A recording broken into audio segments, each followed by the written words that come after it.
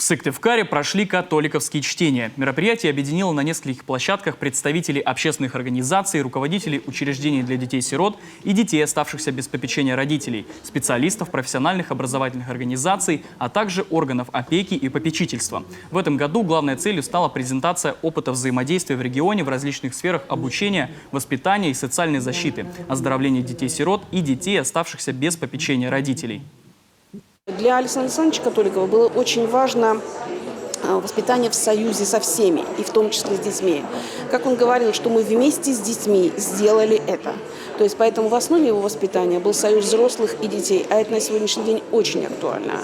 То есть никто из них не был зависим друг от друга, в прямом подчинении, я имею в виду. И тем не менее дети стояли во главе развития детского дома. И то, что сегодня система воспитания заслуживает пристального внимания и, я бы так сказала, развития очень серьезного, конечно, это благодаря только Александру Александровичу Католикову.